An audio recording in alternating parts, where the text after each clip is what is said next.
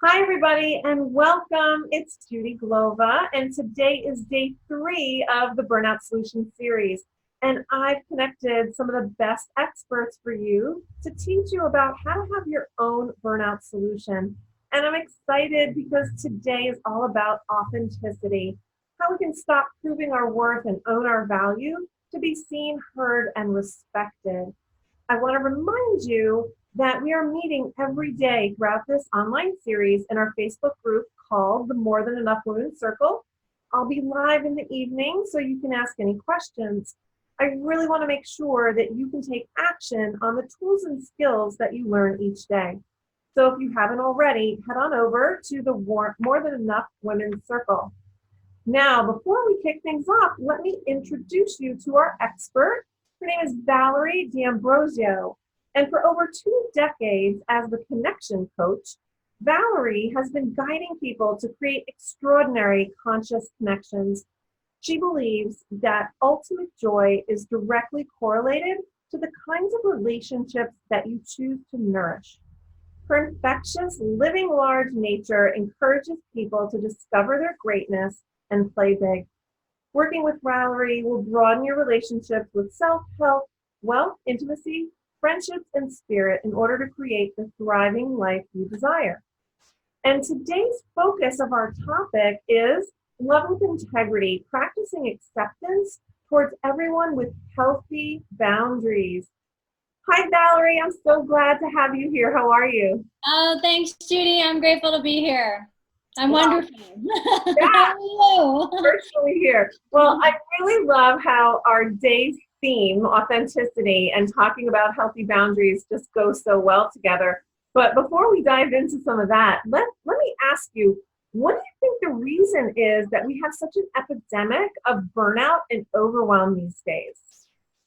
Yeah, I think it's for a few different reasons. My interpretation is that, along many decades ago, we had women were revered as the wise women, the witches, right, the medicine women, and then over time, things like church came in where they wanted power over women, and there was basically a masochism where women, 85% of the women were killed. And so when women came back, it was almost this fear on a cellular level, right, of submission. If I make myself too big, then I will be condemned for it. Fast forward, then we have the burning of the bras and feminism and everything, and then it became this stance of the swinging to the other side of the pendulum, from being in the more submissive state to this, I can do it all state. And so I think that there was this embodiment of this overdoing from that place. And in addition to that, it's also this time we live in. Honestly, we live in such a full time. We're expected to continue to keep going. We're told constantly, in addition to that, of what we need to do more of, be more of, what we're not enough of, and that's in most of societies in the world. And so I think it's just this constant pressure, seen, unseen, spoken to, or not spoken to, that's energetically around us all of the time, that we feel that we have to constantly fill and do. So that's what I see, and that's what I personally experience with my own self, for sure. Well, I mean, you just mentioned like at least 10 golden nuggets right there, but I'm gonna highlight a few of them, which is, yeah, it's like there's this evolution of the woman, right? Of the woman energetically, spiritually, how we were revered, and then more or less like, kind of tucked away. Our power wasn't necessarily honored as much. And, then it was like, we were just like, we had it and we're like, okay, we're going to bust out of this, right? And then it swung. And it's really, we're in this time, yeah, there's like this, convergence of, our power, but the fast paced life and more, and all those messages that are coming at us. And it's like, whoa, how do we make sense and how do we integrate all of this? And how do we come back to center? So That, yeah, so no wonder why we're kind of all over the place. And you had even mentioned the constant pressure. Like mm-hmm. there just seems to be so much constant pressure that's happening right now. And I want to highlight that for people because some of that pressure we can be interpreting as overwhelm, stress, anxiety, because our bodies take it in. So I really want to ask a little bit more and understand about the different kinds of energy, because I know you work with the different kinds of energy. So can you explain the different kinds? Yeah, for sure. So basically, understanding energy, and the way I work is with energy, because everything is energy, right? From the clothing that I have on, from the words that I'm speaking right now to you, from the thoughts that you're thinking right now, it's all energy, and everything resonates at a certain vibrational frequency. And if we learn to break it down really simply, it helps us to navigate through life in greater awareness of how to actually use the energy for us instead of against us. So basically, there is catabolic energy, which is more below the line energy, is another way to say that. So that's heavier, dense energy. It moves slower, it's closer to the earth, it's thick, it's deep. So if you think about feelings like shame, guilt, obligation, worry, stress, all those different things, those are heavier frequencies. And then we have anabolic, above the line energy. And anabolic energy is going to move faster, it's quicker, it's lighter energy. So it's feelings like joy, peace, ease, love, grace. And then we have different languages. So catabolic language would be I need to, I have to, I should. A lot of buts, right? I'd love to do that, but. And then we have anabolic language, which would be more I want to, I choose to, I can, I will, right? And so when we start to understand these different energies, it's useful, because then we become more empowered in our lives. And oftentimes we can let we can feel certain heavy, dense energy, and once we're in that more lower catabolic, below the line state, it's easier to continue to that spiral downward. So if we're feeling heavy and anxious energy, we want to be really aware of the thoughts we're thinking, the words we're saying to ourselves, the actions we're taking, and are they moving us more toward an anabolic, higher vibration, a higher state, because like attracts like energy, right? Or are we just contributing to the lower vibration? So I have a really great question for that, because I think that it kind of triggered me back to when I was in the corporate world, right? Mm-hmm. So let's just say, whether you work in the corporate world or that's your client and you're going to visit, your clients. And in some ways there's that energy, like when you walk into some businesses, you can really feel the difference of, the culture and how people treat one another and all that kind of stuff. And I liked how you were saying, make sure that you're conscious of your thoughts and your actions, like where your energy is. Mm-hmm. So I guess that's probably, I mean, is that what you're saying in terms of even when you're walking into different environments, be really conscious of how you're be intentional of how you're showing up in terms of your energy to manage it, or yeah. How else can you manage those situations or those spaces? I love that you brought that up, because, if we all really do, we're feeling beings, especially women. We have the capacity to be more feeling, because our corpus callosum in our brain is actually thicker as women. So we have the right hemisphere, which is more of the creative feeling aspect of us, and the left is more of the logical kind of linear way of looking at being. So as women, we naturally have a thicker corpus callosum, which gives us the ability to experience our feeling and our thinking simultaneously, as opposed to, it's different for most men, not all men, but most men. And so if we're moving through life, which a lot of us weren't taught, feeling the energies around us, and for, at least for me, I turned that off. It was survival why I turned that off, and it's what I learned to only use this thing for so long. Mm-hmm. And also, being a woman, I didn't want to be overly emotional or too emotional, so I learned to zip it. And if you're in an environment which is more quote unquote masculine energy, mm-hmm. It's that more kind of rigid, strict, structured, linear energy.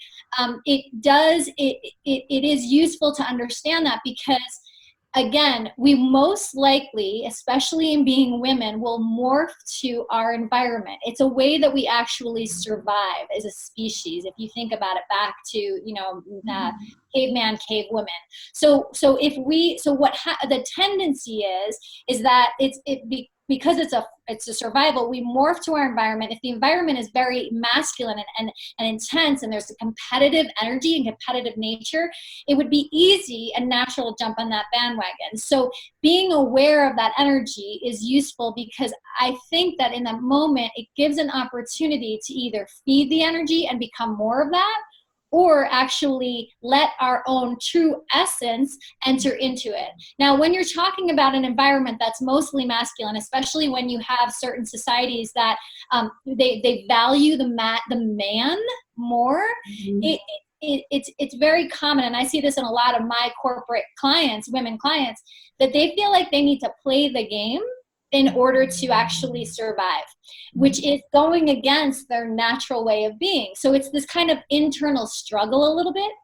And so there are ways to be able to allow your feminine essence to be revealed, in those situations, in really subtle and respectful ways, while also holding the stance of a strong leader, as well as making sure that we nurture that feminine essence when we go home at night, or before we go home at night. Because if we're just living so much in that masculine energy, there's not enough of that quote unquote balance between the two energies, and that can lead to burnout. Right, exactly. Well, that's exactly where I was going, because I think so many women that I've talked to, it's like, yeah, I understand that part of the fact is that I'm in these masculine environments, and I do morph into those, kinds of environments and the energy and whatnot. And, women can be very competitive, and we can be really powerful that way. And it's like, how do we help and support women to show up in their feminine energy and their feminine power within that structure, that they can be just as successful. They don't feel like they have to be less than, Right.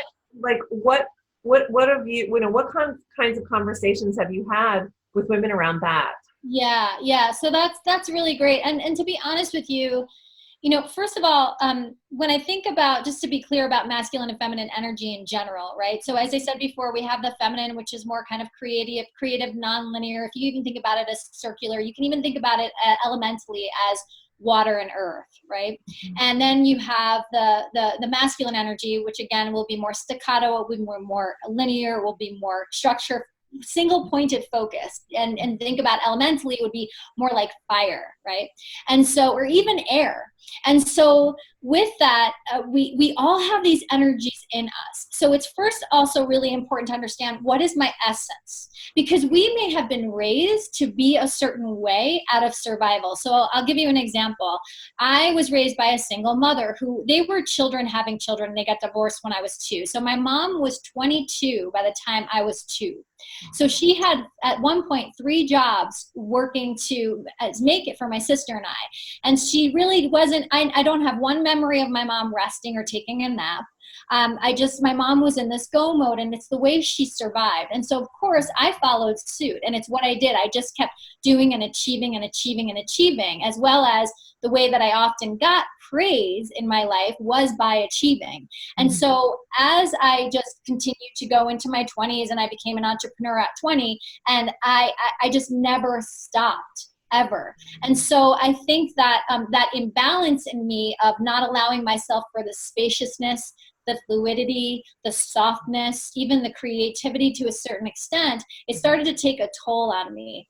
And the way that I started to invite it in my life was first in I really believed that I was more, it was almost like, this is who I am that doer, I am that person. And I almost owned it, like it was a part of my identity, like my skin, and I really, and the more I dove in conversations like this, or reading certain books, or talking to different people, I mean, thank God we live in such a glorious time that there's so much available to us, and especially around this dialogue, because there is a call for balance right now. We've swung so far to each side, and this is why we're having this conversation. And so when I started to ask the question, who am I at my core? And I really gave myself permission to reveal, I'm more feminine at my core. I love my masculine tendencies. I love my ability to get stuff done. I love my ability to climb up a mountain. You know what I mean? I really physically, like literally, right? And I love that I love to tend to people that I adore. I Mm. love that I love to when music plays, to let spirit move me and lose myself. Mm. Those to me are so beautiful. Yet if I don't let, and I really, ladies, I watch this in myself, and this is my own personal discipline. If I don't allow myself to have those moments of nothingness, of spaciousness, of stillness, of free play, I can then get really bound up and tight and wired and rigid, and it starts to cost me. And the way that it shows up for me is in my health. My health starts to decline. Mhm. I get really tight and bound where I get almost short with people. Like I have less of a what is that, a fuse? Yeah, the short fuse. Yeah. Yeah, and I watch it, and so something little, Judy, that I remember one time that I did, I realized and it's usually when there's, let's say, a big project or a big launch coming up, right? I have something that I have a list to do that's very long, and I have to do it, and I'm good at being focused, right? Right. Um, and I realized I was in that state, and I feel it in my belly. So again, awareness, like even in the physical body, I wasn't in touch with my physical body. I did everything to get the heck out of my physical body. I was more in my head, you know? So Mm. over the years, I've learned connection with my body, and my belly would get tight. And I was driving. I remember I was living in Boulder, Colorado at the time. And I realized I was barely paying attention to where I was driving. I was so focused on what I had to do that I pulled over the car, and I was like, Valerie, hit the pause button. And so I left my phone in the car, and I strolled down Pearl Street, strolled. And I didn't have any agenda. I didn't have any phone. And I gave myself 10 minutes, and I paid attention to the flowers and to the people. And I just let myself be in the space. And then I got back, and I felt like I could actually breathe. Hmm. Wow, I love that story because it really does, paint the picture of our typical, process. Like we have such patterns around doing and being identified as the doer, as opposed to what you just mentioned of, yeah, being able to just be, taking that 10 minutes to just honor that little voice inside your head that said, you know what, you actually need to, you need to take a breath, or you really need to just, go from that single focus to kind of open it up a little bit. And I want to also acknowledge that point about having physical awareness, Mhm. because I do something similar. It's like I can, like, if I feel like I'm breathing from my like shallow from my upper chest as opposed to my belly, like that's a clear signal for me throughout the day of, oh my gosh, and it's even my voice. Like I can even feel like when my voice is more like this, it's like but when I'm really relaxed and I'm really like in the moment, like my voice just sounds more buttery. You know what I mean? Like it's just a deeper sound. And I want to also mention that other great point that you made about allowing yourself to be in the nothingness. I call that the sacred void. Mm. But and I really want you to comment on this. It's like I also get a lot of women that will call me like when they're in maybe like a transition, or they're ending one thing and the next thing hasn't started yet, and there's that sacred void, and that's the time where it's like, wow, when you think about it, that is the feminine energy. It's being in that sacred void, that place of the nothingness of before birth, right? Being able to experience the birthing of something new. So I want to get a little sense as to what's your experience of, yeah, people being okay with the nothingness, with the sacred void, with the ambiguity of just being in the beingness. Right. Yeah. So quite honestly, if you're coming from so far in the spectrum of constantly filling and doing, that void is going to feel entirely uncomfortable at first. And I want to just acknowledge that, because if you feel that when you're in the void, ladies, like I want to just say that's normal. I want to acknowledge and validate it and just say that's normal, because if we're so patterned to experience life in a certain way that on a visceral cellular level, it's the kind of, it's our makeup at that moment, that we feel, again, it's a part of our identity. When we invite a new way of being, it's going to feel so unfamiliar and so uncomfortable that everything inside of us is going to push it away and fight it and make it wrong. And so will it come up with every reason why not to do it, because you are actually hardwired to do what's familiar and go move away from what's unfamiliar. And familiar doesn't necessarily mean what's good for us. So we want to pay attention to that. That's a really good point. What's good for us Right? doesn't always feel familiar, and we don't always do it. Yeah. Okay. Right. What's familiar for me has been to keep going and doing and pushing and pushing and pushing. It's not good for me. And I know that, you know, and so the other thing that I just want to acknowledge is that being in that feminine energy is something we get to do. We get to do it. It's not even, you know, it's, you know, again, I want to, catabolic energy is I need to, I have to, I should. Well, that doesn't feel fun at all. It doesn't feel light. It doesn't feel fun. When something's an obligation, now it's like another have to. It's another thing to add on your list, as opposed to, you know, I get to let this part of me be revealed. And how might that be of service to other people? So if I allow myself, if we think about polarity and we think about relationships, they actually require polarity in order to survive. So if two people are showing up in the masculine, there's going to be one of two things. I'm going to use men and women for now, but any relationship, right? It doesn't matter about your gender. Mm-hmm.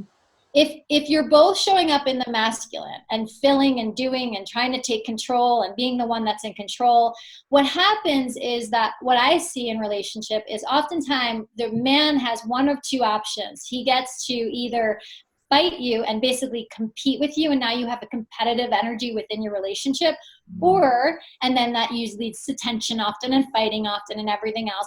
Or there's this other piece that can happen, is that the man starts to just bow out. And basically he's emasculated and he doesn't want to step into that role. And now he's perceived as a lazy man who doesn't do anything. Mm-hmm. Well, he has no choice, right? There's no polarity in that relationship. So there's an invitation for us to, the more we allow ourselves to be in that spaciousness, to be more still, and to be in that no-thingness, that sacred void, it actually contributes to those around us. It lets other people around us like take space, take up space. Like they get to fill, they get to show up for us. And if you think about, you love to give, I'm sure, right? So absolutely, you love to give, right? So it's like that means other people want to give to you. Other people want to offer to you. And if we keep filling, there's no space for that to happen. So it's the permission of recognizing, first of all, it's normal to feel uncomfortable. It's different. It definitely feels weird at first. Second of all is that here's like asking yourself some questions. You know, what would me being in the feminine more actually, how might me being in the feminine more contribute to those people around me? How might it be of service to people around me? Because if one of your values is to serve, then right, what we want to do is we want to go, well, then how might it actually serve if I create that space more? Mm-hmm. Now, mind you, here's the thing. You've trained, and when I say you, I'm talking about you like in the big realm, right? We train people around us how to react and we basically show them the way. And so if we are constantly filling and we are constantly doing, and then we decide, I'm going to leave space, I'm going to let so-and-so step in, they're used to you doing it all. So the next thing to work through is this understanding and the stance of, hey, I want to practice this more. I want to invite this in more. It's going to be different for us. How can we work together in our partnership, in our friendship, in our whatever, to let this kind of unfold so it's more synergistic instead of you just thinking I've left you or abandoned you or whatever else. And I may have gone on a tangent, but you know what I mean? I wanted you to keep going because I was like, all right, I'm enjoying what you were saying. So The other part, though, because today is all about authenticity and we talked about having healthy boundaries, when you are opening that space, how do you have your space and boundaries at the same time? Because they almost sound counterintuitive. It's like, wait a Yeah. minute, they're kind of going against each other. So can you talk a little bit about that? Yeah. Just, I mean, I'm sure it's just such a simple thing, but no, you can just Right. a little bit of how do we balance that? Yeah. So I y- let's put it this way. For so long in my life, I had zero boundary in any area of my life. Every and any area of my life. I was giving to everyone. I would teach a yoga class and have 50 people show up, and they feel like they know me. I'm vulnerable, I'm open, right? And so if people wanted to meet me for tea, I was saying yes to everyone. I was, just yes, yes, yes. I didn't want to let people down. I wanted to please people. And I kept saying yes to projects and just not even giving myself that space to really check in and ask, what do I really want? And now I need you to ask me that question again because all of a sudden my mind is Well, like, it's like how do we stay in our feminine and also have healthy boundaries, right? yes, So, okay, thank so you, like, yes, we're wanting to step more into our feminine, and yeah. it feels like, well, then you don't have or it's like we're creating so much space. Yeah. Yeah. Okay. Okay. So this is really, really good because when I started to actually know myself more, myself and these certain needs that bring breath to it all, right? Because I was just overdoing, overgiving, over being, over really doing, and then I started to understand these parts of me. And I realized that as much as of an extrovert I am and somebody that loves to go out and teach and be with people and connect, simultaneously, my alone time, it fills me. It fills me like none other. And Mhm.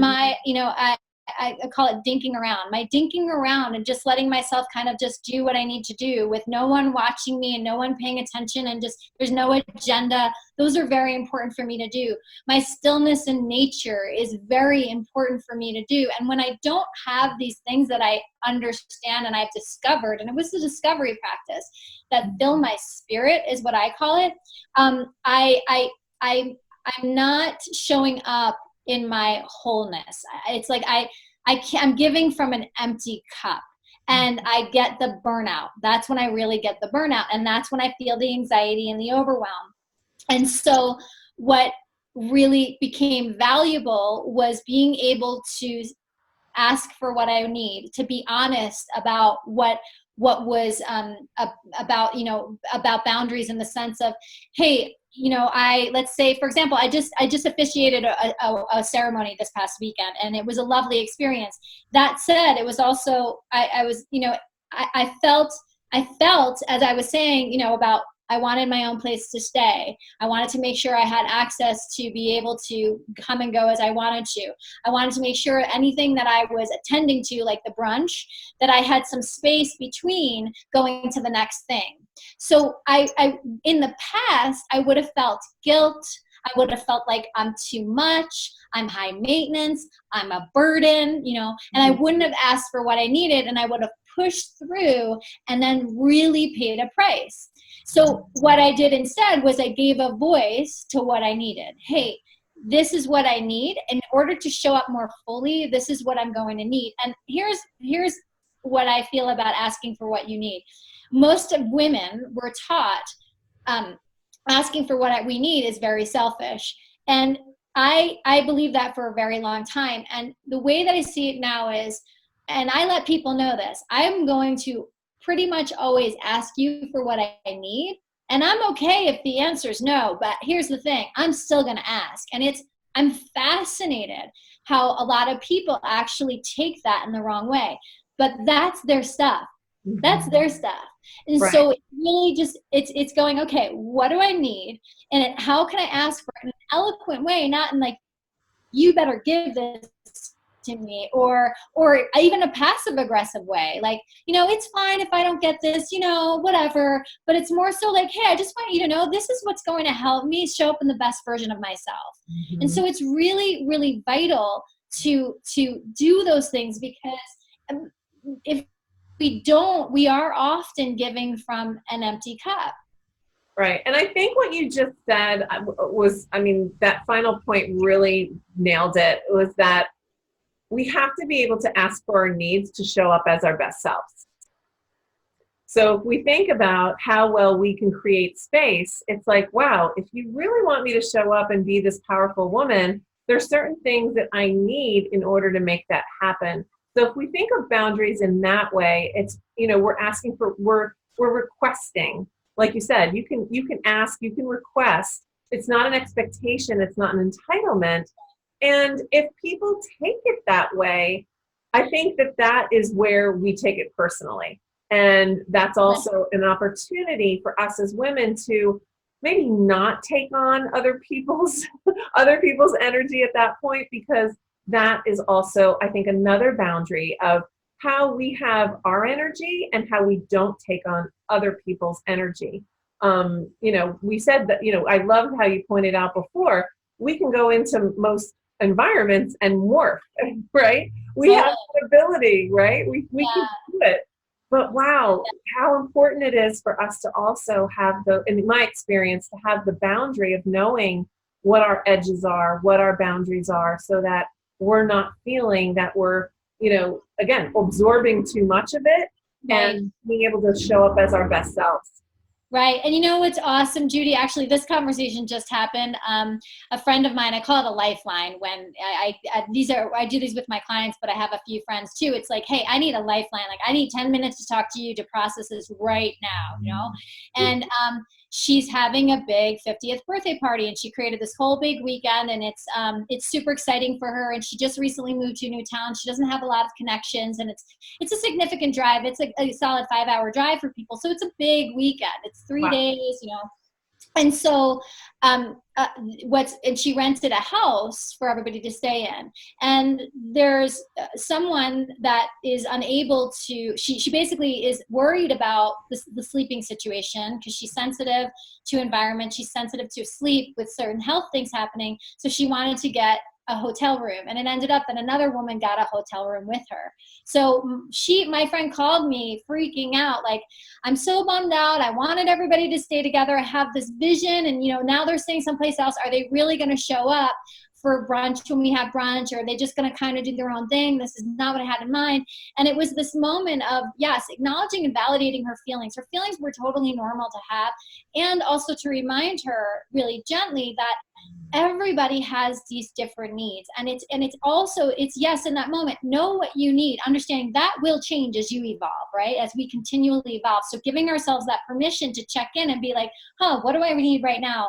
Letting others know. And then in that moment, not taking it personally. It wasn't about her. It wasn't about them not wanting to be there. It was about them needing to tend to them so that they could show up and be their best selves. Now, that said, it was really useful, because speaking about energy in a room and being an empath and taking on people's energies is when you're more empathetic, when you're more sensitive to energies, when you are, and that is very common for women, again, because we often feel more.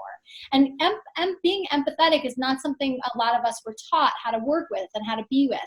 And often also the feminine energy is a nurturing energy.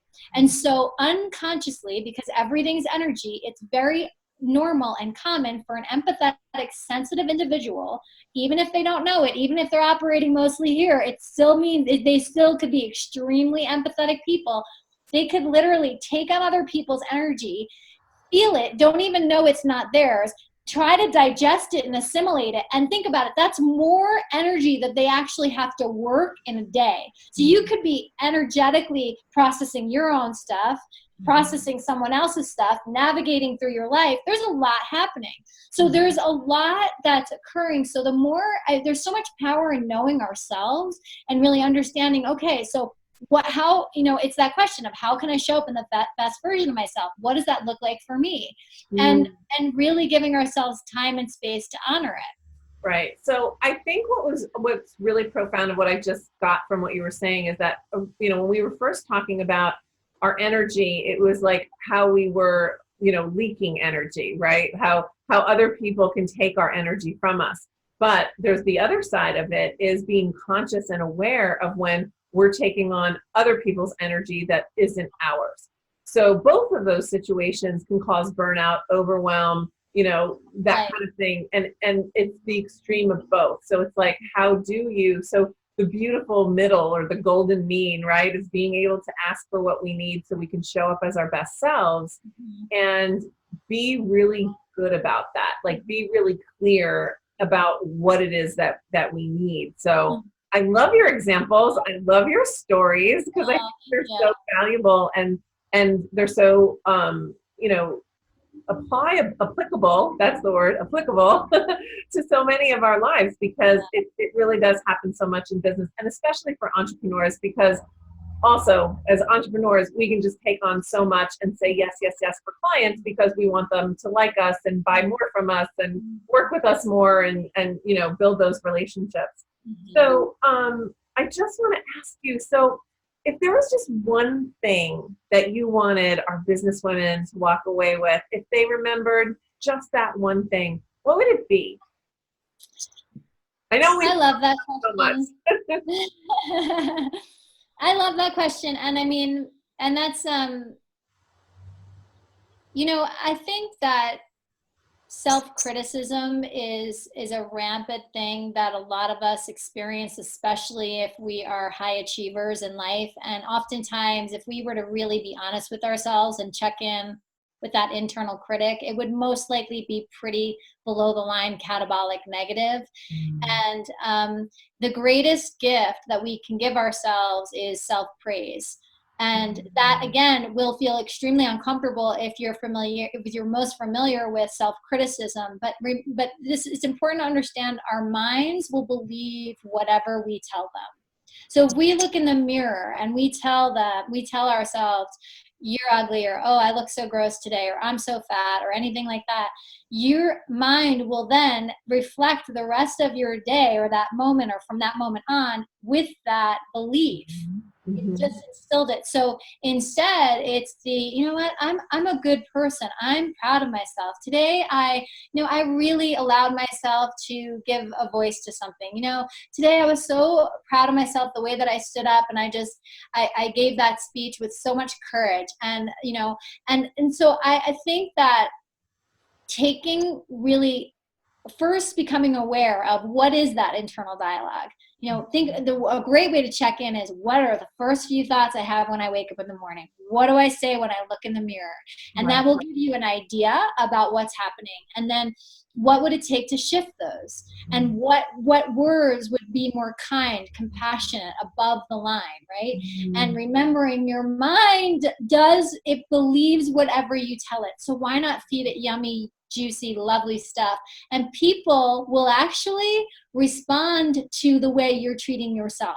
Right. And I love also that image of, if we're waking up and we're below the line, like how can we choose to actually shift and be in the above the line Right, space? It's like, wow, why would we choose to be in that heavy stuff when we can right, actually choose to be in that lighter energy? And what I'm hearing you say too is that it is a choice, it is something that we can work on. And even if it doesn't feel familiar at first, just knowing that we have the choice to be right. able to do that, it really gives us just such power and awareness about how awesome we are and how we can shift into that. So Yeah, Judy, one thing you just said, as human beings, there are two things that we have just innately: awareness and choice. Always those things are not taken away from us, yet those are often muscles that are it's important to build. We always have choice. We even have choice of whether or not to take something on.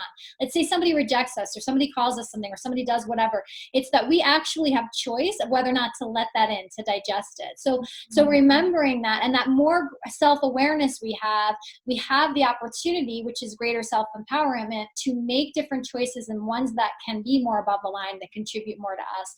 And the one thing I want to say about what you said before really briefly is this. For those of you ladies who feel that, setting boundaries or taking a stand for yourself or saying no or saying, I need this, that might feel, like I said, really uncomfortable. Or it might seem arrogant, or I might seem like I'm too much or anything else. What matters more than anything is the intention behind with which you're doing or saying anything, the energy behind. If you're saying it from a place of like, I have to do this or else they're going to disrespect me. I have to do this or else they're going to have power over me. That's a lower frequency. That's fear-based, as opposed to, in saying this, I get the opportunity to really show up and be a confident woman. I get to really show up from a place of massive integrity and self-love and authenticity. And what a gift that is, because that's a high energy that I get to do this by. And so really remembering, when you ask for what you need, when you set those boundaries, coming from that energy of the higher frequency is all that matters. And that's what the person is going to feel. And then if they really react against it, oftentimes it's their own stuff, you don't have to take that on.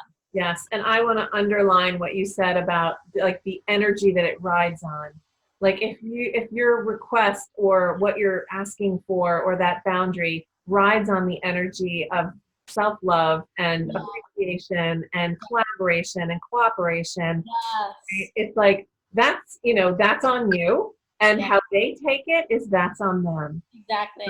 I love that point. And I also want to underscore what you said, just to reiterate again for everybody, of awareness and choice. Those are two things. Those are two precious gifts that we have every single day, every single moment, that we really want to embrace.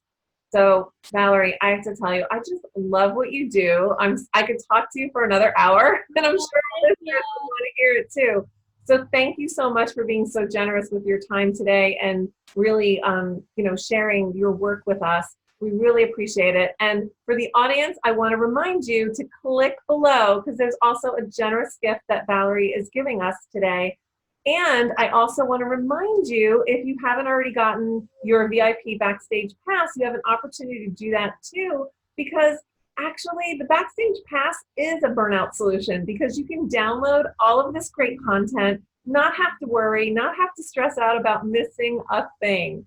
And the other thing I want to remind you of is we are going to be in our Facebook group later tonight. So I will see you in the Facebook group. And I also look forward to seeing you at the next awesome interview. So Valerie, thank you so, so much again. And we really greatly appreciate your generosity.